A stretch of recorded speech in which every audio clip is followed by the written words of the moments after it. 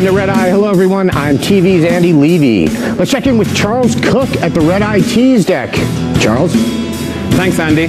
Coming up on the big show, Mike Pence used to draw political cartoons, and now he's running with one. Oh. Plus, Facebook knows more about you than your family. But do they know more about me than my second family? And finally, a rodeo clown enrages the masses for jokes about gender-neutral bathrooms. You know, I'm starting to second-guess this whole citizen thing. Back to you, Andy. Thanks a lot, Charles. See you at halftime. Let's welcome our guests. A mother knows best, especially when it comes to keeping hardened criminals on the streets. It's new mom and criminal defense attorney Remy Spencer. And I asked for the Dread Pirate Roberts, but I got him instead. It's host of The Sam Roberts Show on Sirius XM and Sam Roberts Wrestling Podcast, Sam Roberts. And they ripped off his look for the bad guy in Mission Impossible Rogue Nation. It's Reason Magazine Editor-in-Chief, Matt Welch. And he's more excitable than an electron at CERN. Sitting right next to me, comedian Andrew Schultz. All right, let's start this thing.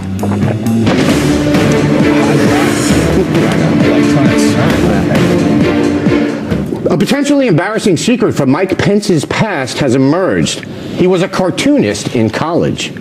While attending Indiana University, the VP candidate drew political cartoons for his law school newspaper. The strip, which ran in the mid-'80s, starred the governor's alter ego, Law School Days. We hired a top voiceover actor at great cost to bring the cartoons to life. Please enjoy. One day in criminal law. I love that class. Pat, unlawful deviant conduct is not that funny. More, please. Greetings, Mr. Days. How are you this morning? I'm sorry, Professor. I don't have my briefs with me. Relax, Days. I asked how you were. Me? Oh, I'm fine. I think that... I don't care what you think. I want to know what the court thinks. Okay, I can't get enough of these. One more. I'm so glad nobody nominated me for any of these senior awards. Really? Sure, I guess I just don't see the point in gathering a bunch of hardware that just collects dust. I'm just here for the degree. I don't need all that backslapping. I guess I'm just above that. I voted for you. Gosh, really? Do you think? Nope. Matt, the obvious comparison here is, I think, early Doonesbury. Yeah. That's what we're all thinking. Yeah, I mean, it hasn't completely fleshed itself out yet. We don't have a Zonker Harris character just yet, sadly. And like every single 1980s bad college comic, and I repeat myself, it had to have days. It had to be days. There was like 5 years. It was with the shoulder pads that you had back then and everything like that. It's just 5 years where everything went wrong. Why didn't you point at me when you talked about the shoulder pads?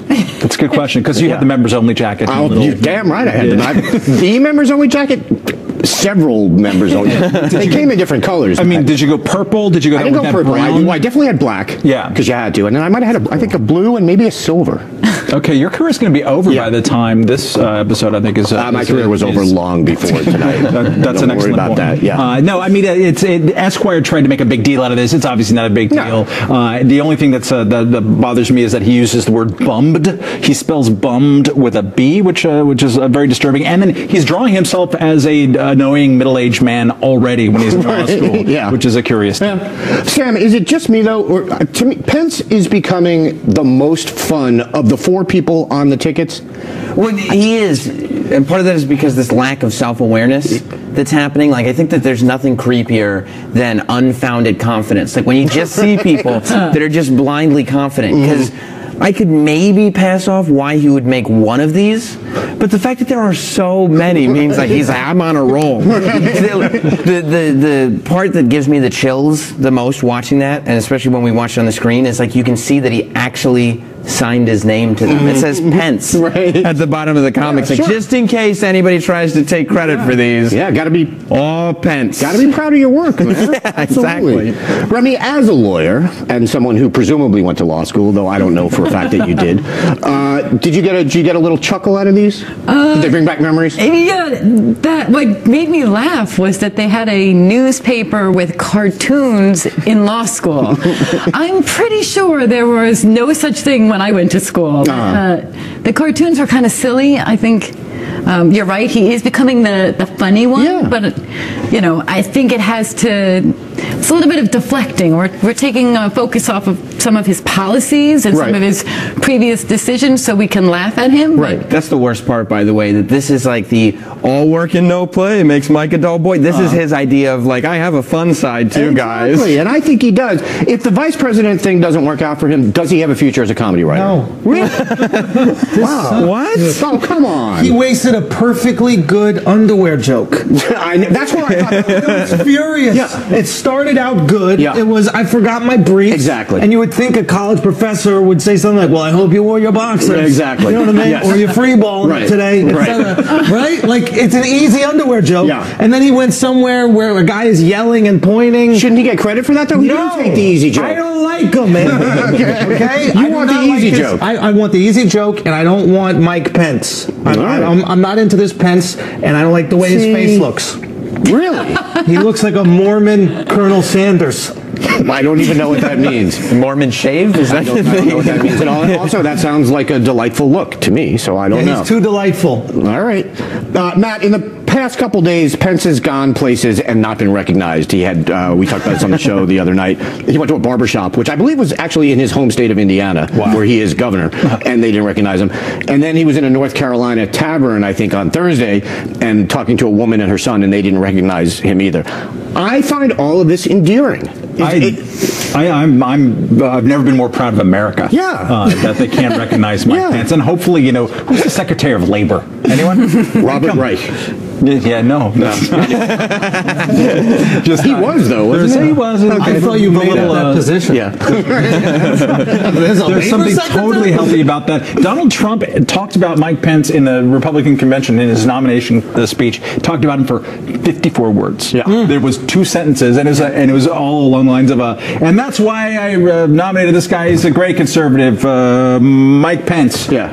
Anyway, so it was basically a tweet. Yeah. It was the length of a tweet. This campaign is so not about Mike Pence. Yeah. It's incredible. And I think that's why I like Mike Pence. Remy, do you like Mike Pence? No. Nobody? No, I don't like because I don't agree with his policies. I don't care about his policies. I just like him. I think that some of his positions are hateful. They're mean-spirited. But other than the hateful, mean-spirited positions, don't you like him? No.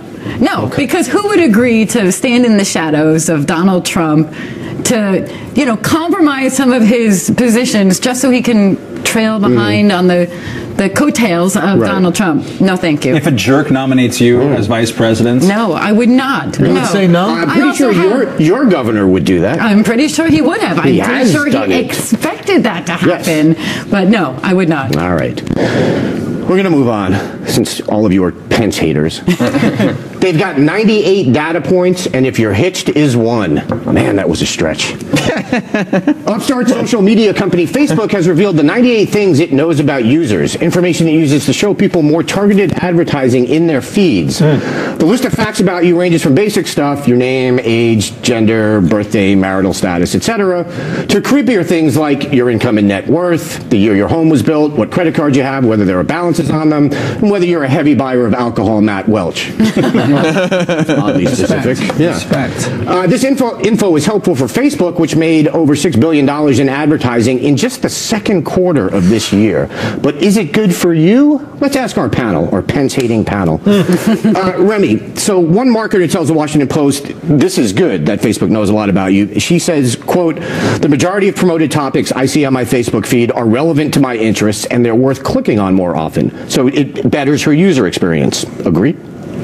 I'm not sure I like the advertising, period. It's a necessary evil of going on a social media site, and you have to accept it. Right.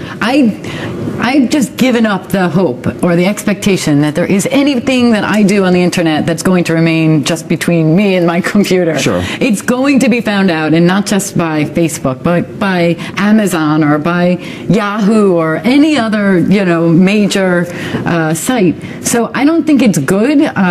It's also a little embarrassing if someone's looking at your computer and they can see that you were just looking for this product on the internet. Right. Which product? I'm pleading the fifth. Okay. Sam, does stuff like this worry you at all, or is this the cost of doing business now? I mean, it doesn't worry me per se. It's obviously not a good thing, but I feel like I don't know why people are surprised by it. Like when you have the conversation, people seem like taken aback by it. When the internet first came out, for us, like when it was commercially available, it's like 96, 97, and that's when your mom was telling you not to ever shop online. Don't put your address on the computer. They'll find you. Don't put your information. We've now gotten to the point where they're like, yeah, I drive a motorcycle. Yeah, here's the make and model. Right. Yeah. Like we've decided to give up our information. Yeah. That was a conscious decision. Right. So I don't know why people expect privacy at this point. Yeah, and Andrew, nobody cares about privacy anymore, right? This is not even a discussion. It's a done deal. Stop pretending like we want privacy. I hate it when people do that. I don't want any privacy. None of us do. We give a complete stranger our home address with Uber. Yeah, that's true. We give them our home address. Yeah. Right? Yeah. That's psychotic. I give them my neighbor's address. All right, fine. Because you're smart. I give them my home address when I want to get pulled right there. We don't care about privacy. And to that advertising thing, I don't click on things I like. I click on things I'm afraid of. So I don't know if that advertising thing works, right? Wait, in ads you click on things that you're like when I'm seeing the videos, it's always like video of a guy with a comb over gets punched in the face. Oh, Jesus Christ. What's going on? Who's punching people? What's happening? So I don't think that advertising thing works. I think it does, though. If you're shopping Have you bought something on Facebook? Yeah, the link. If you're looking online for something, let's just bought something on Facebook. Let's say a woman would be looking for a pocketbook, right? You see a really expensive pocketbook. Or a man.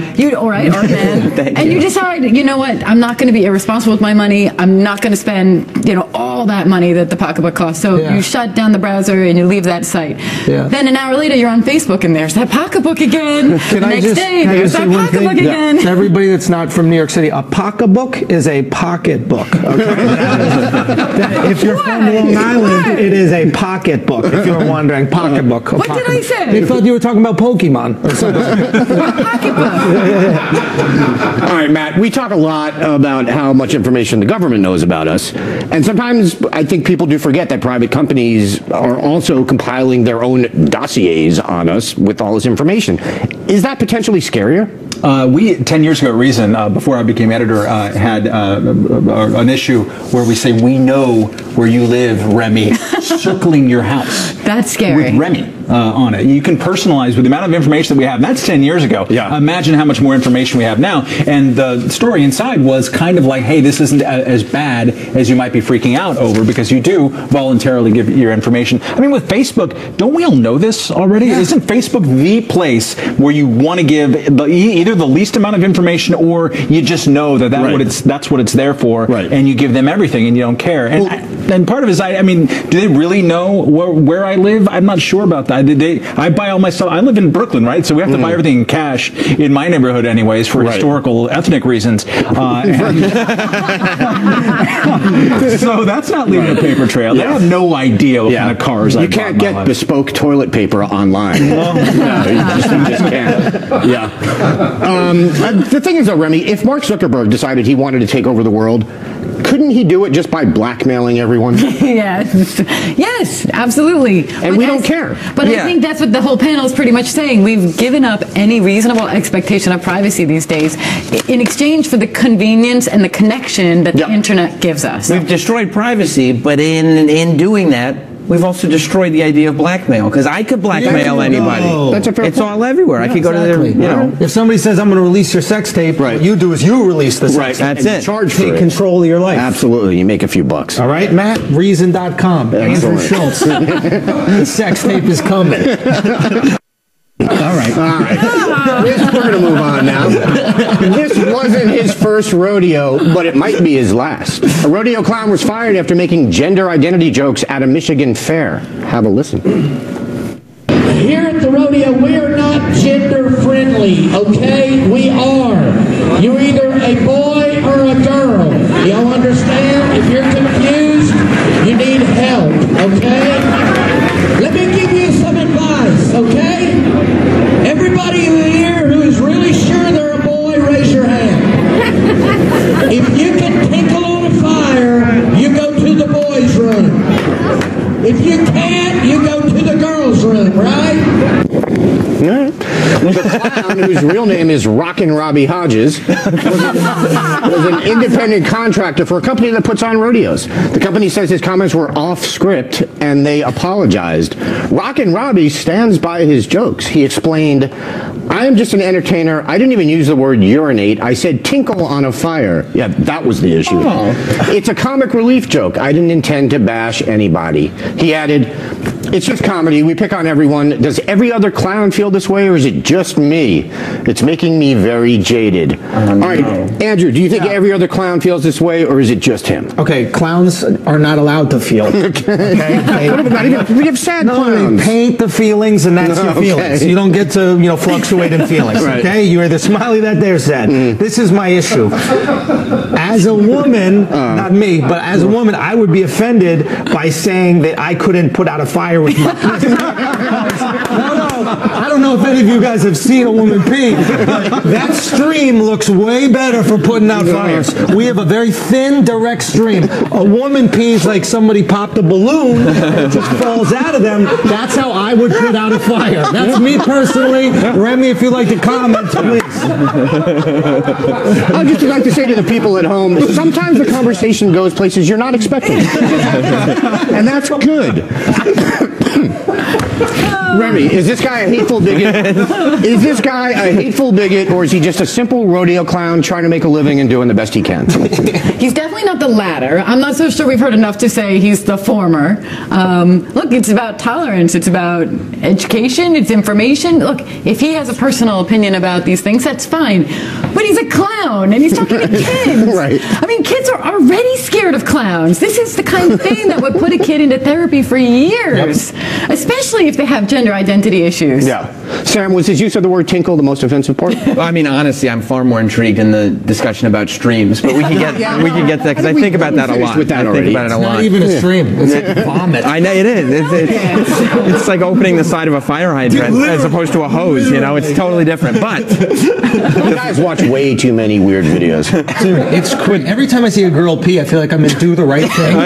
yeah. It's a summertime. Yeah. What the hell's going on?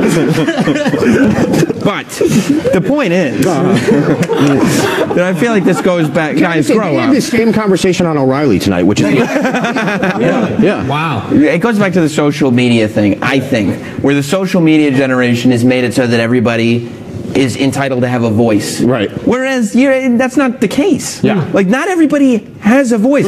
Nobody is interested. You're a clown. Yeah, nobody's interested in the political musings of a rodeo clown. Like, nobody's saying like, oh, but who's that rodeo clown gonna vote for?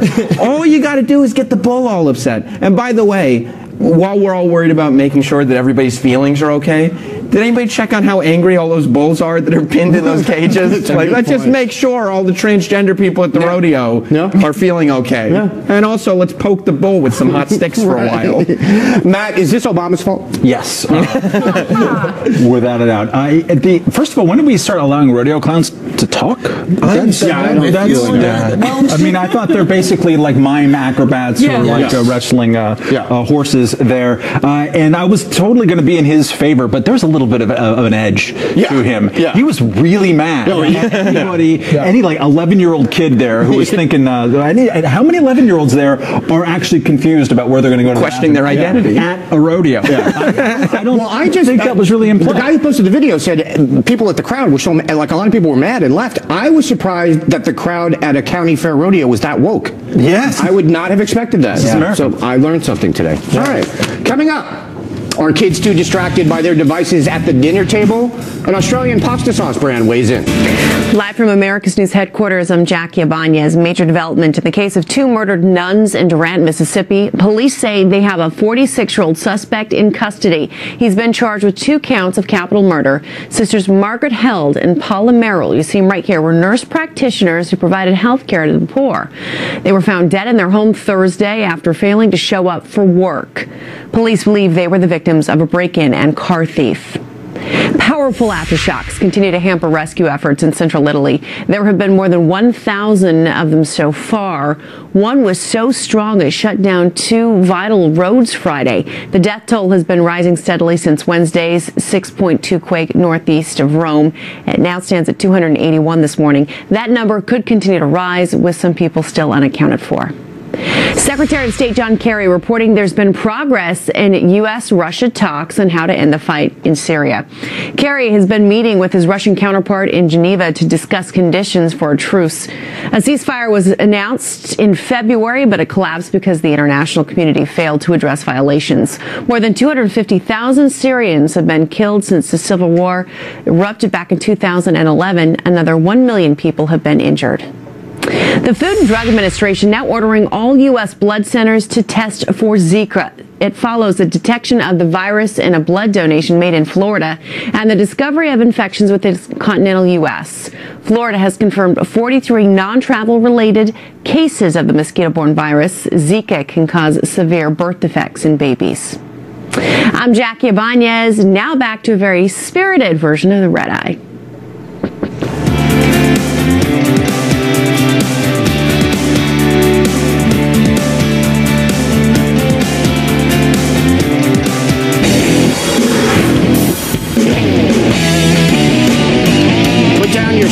And step away from the TRS-80. It's time for a segment we like to call Tech Time with TV's Andy Levy.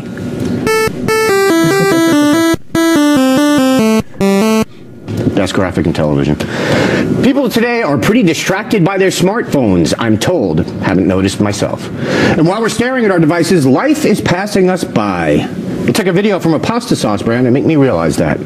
For a clever commercial, Australia's Dolmio Pasta set up hidden cameras at a few houses to show how distracted kids can be at the dinner table. Check it out. A family photo here is exchanged for a rubbish painting right behind him.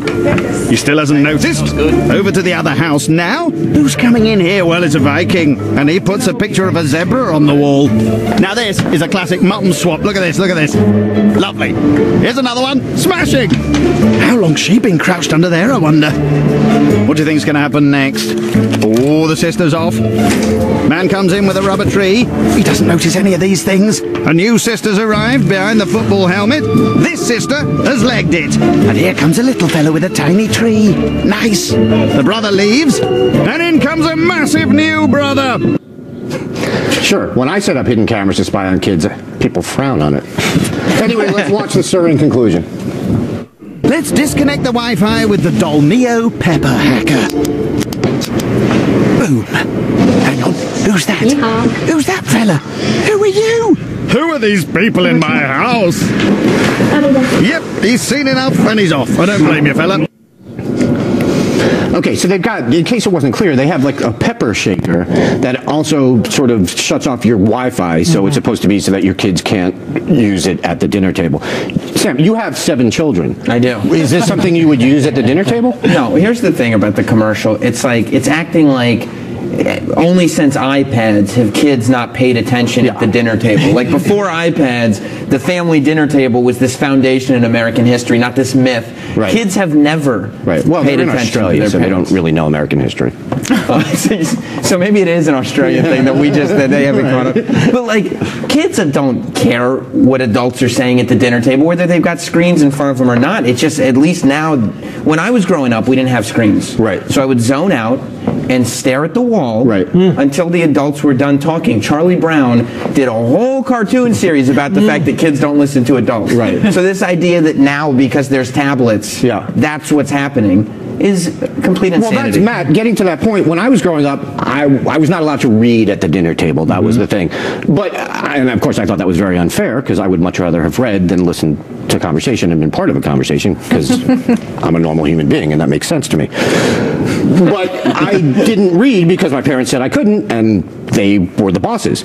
Now you've got these parents are saying, oh, we can't get our kids to stop using the tablet, so we need to shut off the Wi-Fi. Why can't you just tell your kids, put your damn tablets away, or you're not eating ever? You can. It's actually super easy. Yeah. The truth is, parents use things, like I have an 18-month-old, when you actually have friends over and you're exhausted and it's been too long and you don't want the little jackass to jeopardize you, here, you're going to watch Barba Papa and you're going to love it. Right. I don't want to hear from you for like 30 minutes. Parents use it more than the kids bring it to the table. And that's totally normal. But I want to talk about how quickly, though, we're running out of time. How messed up it is to do that to a 6-year-old or an 8-year-old. Yes. Things to give a new mom in the sweater. Yeah. Remy, should those parents go to jail? No, I saw the rest of it. The parents rushed in. It was only a few seconds, but I agree. That's traumatizing to look up in your home and not see the people you expect to see. Yeah. Andrew, 5 seconds. I love kids. Okay, coming up. He bathes in tea and he's about to shower the panel with truth. Halftime with Charles Cook next. Don't forget the Red Eye Podcast is... Welcome back. Time to find out what we got wrong and what we missed from boy wizard Charles Cook over in the Red Eye News Deck. How are you, Charles? I'm doing well, thank you. Andy, you said that Mike Pence was the most fun candidate. Yes. Have you ever had any fun? No. I'm not saying he's fun. I'm saying look at the other choices, Charles. And tell me I'm wrong. Later. Okay. Andy, you said that these cartoons weren't funny. I did not say cartoons, but that's wrong because there's no such thing as a funny law school cartoon. Okay. Oh, Andrew said that, not Andy. Who said that? I said that? Yes, you said they weren't funny. You said you didn't like his face either. Charles, you got to name the right person. Yeah, and I'm sorry, Charles, that you might not read a lot of law cartoons. Okay, so talk about what you know. All right, Sam, you said that there's nothing creepier than unfounded confidence. Yeah. But on Monday on this very show, John Podhoretz said he was going to show millions of Americans the hair on his back. So QED. Sounds creepy. Andrew. It was. Yes. Andrew, you seem to think it would be odd that a college professor would ask if you were wearing underwear. Would it be odd? No, that's what you said. And I'm just thinking you really should have been at Oxford with me. Oh, really? Dude, I want to go to Oxford. Where's that? In Calabasas? That's exactly right. Matt, you said you were proud of America because people didn't know who Mike Pence was. But you're about to be even prouder because only 36% of Americans can name the 3 branches of government, winning. 41% can't name the vice president, the current vice president, and 70% don't know that the Constitution is binding law. Yeah, I know you're trying to make me sad, Charles, and it's almost working. Okay, it did work. Yeah, I thought you were proud of this trend. You're kind of a jerk.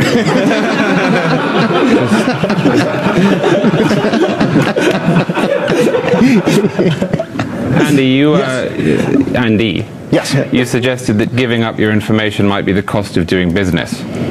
But there is clearly a market for anonymity, as we have incognito mode in browsers, and some people use it for things other than porn. Yeah. First of all, I didn't suggest that. I threw it out as a question to someone. Second of all, incognito mode is highly, highly overrated. Basically, all it does is stop your browser history. You got to use Tor or something like that if you really want to hide your tracks, Charles. You know that. Yeah. No, I do. I do. Andrew, you said we need to stop pretending that we want privacy. First of all, I don't know what that is. I'm going to need you to speak English. Okay. Well, I just wanted you to know that the restraining order my wife took out was for real. She isn't pretending. Now that's she does want her privacy. Oh, from you? From you. Oh, from me? Yeah. All right, that's fine. Don't come around But she can't anymore. stop me from Googling. What'd you say that was? Torrents? Tours. I'm all about it. Matt, you said you have to buy everything in cash because of historical ethnic reasons. Would you like to clarify your racism? I live in a part of Brooklyn that was run by the Italian mafia for a long time.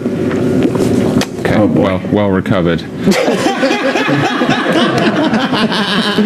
Andy, you referred to the rodeo clown as he, and you used the word his. Yes. That's pretty offensive, isn't it? I don't think so. That's how he self-identifies. Very good. Very good. Sam, you said the sentence... I am woke. You're not getting me out of it. You are. You are woke. Sam, you said the sentence, all the transgender people at the rodeo. I was just wondering if you'd ever been to the United States. There's some. That's a stereotype, by the way, and it's ugly. Thank you, Sam. Yeah. Sorry, well, I didn't hear that. I said that's an ugly stereotype that you're going back to. Really? Yep. Okay. Especially with that accent. How many rodeos have you been to recently? This isn't a rodeo show, it's a news show. Let's keep it moving.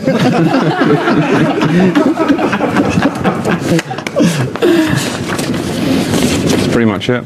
Oh, really? You guys are on point tonight. Excellent. Thank you, Charles. You're welcome. All right. Time to take a break. When we come back, an interview with one of the stars of the new Amazon video pilot, The Tick.